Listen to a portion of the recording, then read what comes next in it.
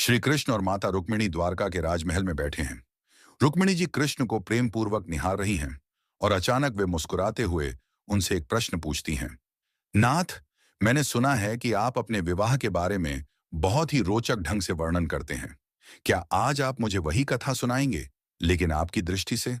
श्री कृष्ण मंद मंद मुस्कुराते हैं और हल्की हंसी के साथ कहते हैं, देवी, यह कथा तो स्वयं तुम्हारी है, लेकिन यदि तुम चाहती हो कि मैं इसे अपनी दृष्टि से सुनाऊं, तो सुनो। यह कथा है एक अद्भुत प्रेम की, एक निडर योद्धा की और एक दृढ़ प्रतिज्ञा वाली राजकुमारी की। मैं जानता था कि विदर्भ की राजकुमारी रुक्मिणी, जो सौंदर्य, बुद्धि और गुणों की खदान थी, मुझे अपने हृदय से चाहती थी।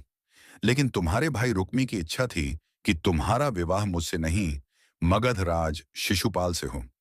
मैं यह सुनकर सोच में पड़ गया। क्या प्रेम को बाधाओं में बांधा जा सकता है? क्या सच्चे हृदयों को दूर किया जा सकता है? रुक्मिणी जी मुस्कुराते हुए, तो फिर आपने क्या किया नाथ?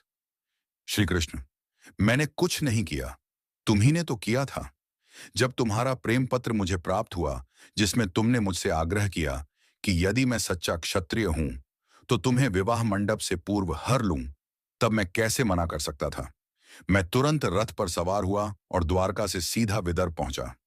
उधर तुम देवी को प्रसन्न करने के लिए मंदिर में पूजन करने जा रही थी।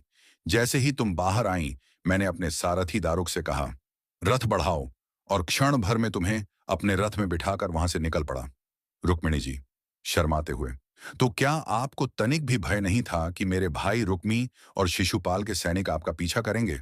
श्री कृष्ण हंसते हुए, भय? जब प्रेम सत्य हो तो भय कैसा? रुक्मी ने मेरा मार्ग रोकने का प्रयास किया, परंतु वह भूल गया कि मैं कौन हूं। मैंने उसे पराजित किया, लेकिन तुम्हारे कहने पर उसका वध नहीं किया, केवल उसका मान भंग कर उसे जाने दिया। रुक्मिणी जी आंखों में प्रेम और कृतज्ञता के भाव लिए, तो क्या आपको यह विवाह जीवन का सबसे बड़ा विजय अभियान लगा? श्री कृष्ण मुस्कुराते हुए, नहीं रुक्मिणी, यह कोई अभियान नहीं था, यह आत्माओं का मिलन था। ये दो प्रेमी हृदयों की पुकार थी, जिसे स्वयं विधाता ने रचा था। रुक्मिणी जी भाव विह्वल होकर श्री कृष्ण के चरणों में सिर रख देती हैं और श्री कृष्ण स्नेह से उनके सिर पर हाथ फेरते हैं।